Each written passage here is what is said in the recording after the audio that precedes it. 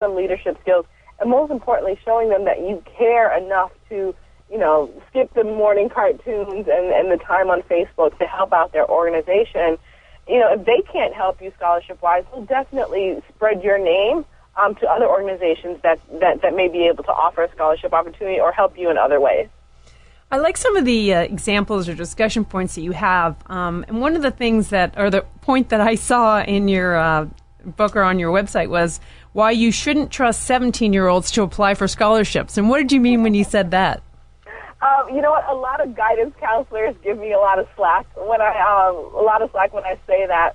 But it's one of those things where I work with a lot of students, and what's heartbreaking is, when I work with students who didn't really take the scholarship process seriously and didn't take advantage of it as a high school senior, the amount of opportunities scholarship-wise that are available to you as a high school senior, you don't see that when you go to college. Because everyone they get it now. They're faced with that first tuition bill as a college freshman, and that's when they're like, oh my gosh, I have to take this serious. I have to apply for grants. I have to apply for any and everything that I can. So when I say that is because a lot of times high school students, when you're 17 or 18, they don't really understand $26,000. They don't really understand the scope of what that means for paying for school. A lot of them don't understand, wait a minute, I now have to pay for my books and pay to go to school. I've been going to school for free for the past 12 or however many years. So when I say that, I really think that the scholarship process needs to be a whole family effort. Absolutely, the teenager needs to spearhead it because they're going to be the ones that have the easy access to the information from getting applications from their guidance counselor. And yes, parents, I understand they're not the ones working a full-time job. But what I see happens oftentimes is that, when they don't take the scholarship thing seriously and the parents aren't a part of the process, what happens is their freshman year of college, when mom and dad now have to take out loans, Parent Plus loans with their names on it, refinance their houses, or cash in their 401k to pay for their son or daughter's education, then it becomes a whole family problem and not just a 17-year-old's problem. So that's why I say that, while their freshman year, it needs to be a whole family process where, Sundays are scholarship Sundays. Everyone, mom, dad, teens, sit down at the table. We're going to go through these applications together, and we're going to figure out how to get them done and make sure they get done. I think sometimes it's a lot of responsibility to put on a 17-year-old because parents understand the scope of the problem, but sometimes a 17 or 18-year-old just doesn't. I love the idea of Scholarship Sunday. That's awesome. So what other creative ideas do you have or tips for standing out on that application? Or if you do have an interview, do you have maybe 3 or 4 tips that you would recommend that students should really be prepared to present, I should say, on their application or their interviews? Yes, absolutely. Definitely telling your story. Storytelling is really big when you're talking about filling out applications, but then it pours over into the interview process as well. So take, for instance, if you are, a C student or you're a B student and you're applying for scholarships, you've maybe had a few bumps in the road going through high school. It could be whatever, you spent too much time talking on the phone with your boyfriend or your girlfriend, or your parents got a divorce, or someone passed away in your family, or you just really struggle through certain courses, math, I think it's important to let judges know that, hey, I've been through this rough point, but I've been able to turn it around, and I'm constantly going to go up with your assistance of the scholarships, of course. I think a lot of times, sometimes we get discouraged because of our bad grades or because of our circumstances, but we don't remember that on the other end of that scholarship is a scholarship judge that is a human being, and they're looking to help someone that they can see that, hey, they've had an obstacle, but they know how to overcome it. And they just need this final piece, and then they'll have a fresh start in college. So you really, truly have to tell your story and let them know how you're going to improve and what their investment into you is going to do for you.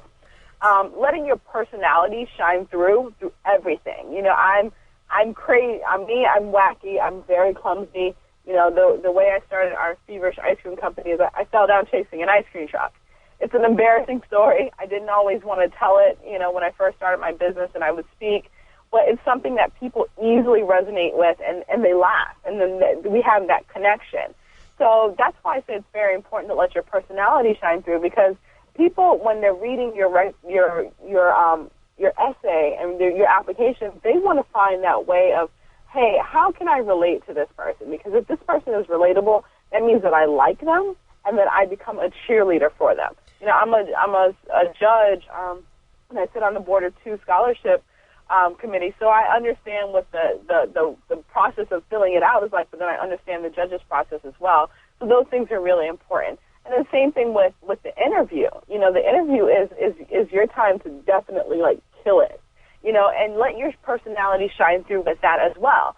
You know, it's a lot of times what I see is students will write one thing, and then in the interview process, their personality shows a whole nother side. I'll give you an example. Just this past year, I was on a scholarship committee, and one of the guys that hands down won right away, he actually showed up to the scholarship interview with his guitar and played us a song. And, hey, I want to go to college. I want to major in music production, and let me show you what I'm passionate about. I mean, you know, you can write an essay all day long and say, you know what, I'm great at music. Music is my life. But it's a whole other story to vividly paint the picture for the judges as to why you are passionate and show them. You know, another guy came and did magic tricks, and the judges went crazy. But it's, you know, they're funny. You may even think that they're antics, but there's so many students that do not do that because they feel like there's only one way to do it, and that's to fill out the application, come dressed up, and answer questions. And there's so many other ways to do it. Well, let's talk a little bit more about the untraditional methods. You talk about tweeting your way to get money for college, or ways to ask your friends and families. What about those untraditional methods that may not be scholarships that you're actually applying for? Yes. One of my favorite parts about the process is thinking outside of the application. You know, I think it's just so important. You know, I like to tease and say that the scholarship revolution is now digital. You know, with so many social media outlets that are there, you know, scholarship committees, they want to be able to reach students. They know that the thing that's with them 24/7 is their cell phone, and that they're on social media like never before. So a lot of scholarship organizations are actually starting to tweet scholarship opportunities, and they're also starting to post them on Facebook and post them on LinkedIn as a way to make it easier to reach students. So when you're going on Twitter and Facebook and even Google, of course, you know, all these forums have search bars, and in the search bars you type in keywords like scholarships or scholarships PDF, scholarships HTTP, and what happens is it'll actually show you in their search results all the organizations or everyone that has tweeted scholarships plus a link to the PDF, or scholarships plus a link to the website. And then you click on it, and it takes you directly to those opportunities. And a lot of those opportunities are under really short deadlines, or it has become a last resort from these scholarship committees because they're approaching their deadline and they don't really have anyone that has applied to the scholarship. Actually, that's an interesting concept, because I'm sure those scholarships are learning also that they're ready to, or they need to be out tweeting to make sure that people do apply. Hey, Felecia, it's been lovely having you on the show. I really appreciate that you've joined us today, and I'm bummed that we've run out of time, but we do have a link to Felicia's website and also her book, The C Student's Guide to Scholarships, on our website, collegesmartradio.com, under resources and links. Thanks so much for being on the show, Felecia. Yes, I had a blast. Well, that wraps up another weekly show of College Smart Radio. We hope you picked up some new information today that helps you figure out ways to manage the runaway costs of college. You can hear us each week here on KDOW 1220 AM, Saturdays at 3 p.m. We promise to bring you up-to-date information from the front lines of helping parents deal with the most expensive years of their lives. For a link of a podcast of this show and our prior weekly shows, go to our website, www.collegesmartradio.com. In addition to the podcast, you'll also find a schedule of our upcoming shows. Make sure you print out or bring up on your tablet our glossary of college planning terms for reference during our future shows. It's a complicated topic to navigate, and without knowing the terms, it's pretty easy to get lost. Also, plan to join us at one of our upcoming Westface College planning workshops. With over 100,000 Bay Area students applying for college each year, our workshops are popular and we do run out of seats. So you do need to reserve your seat at the workshops. You can do so from the show's website, www.collegesmartradio.com. This is Beatrice Schultz. Thanks for tuning into College Smart Radio. We look forward to sharing more helpful information next week. You've been listening to College Smart Radio with Certified Financial Planner Beatrice Schultz.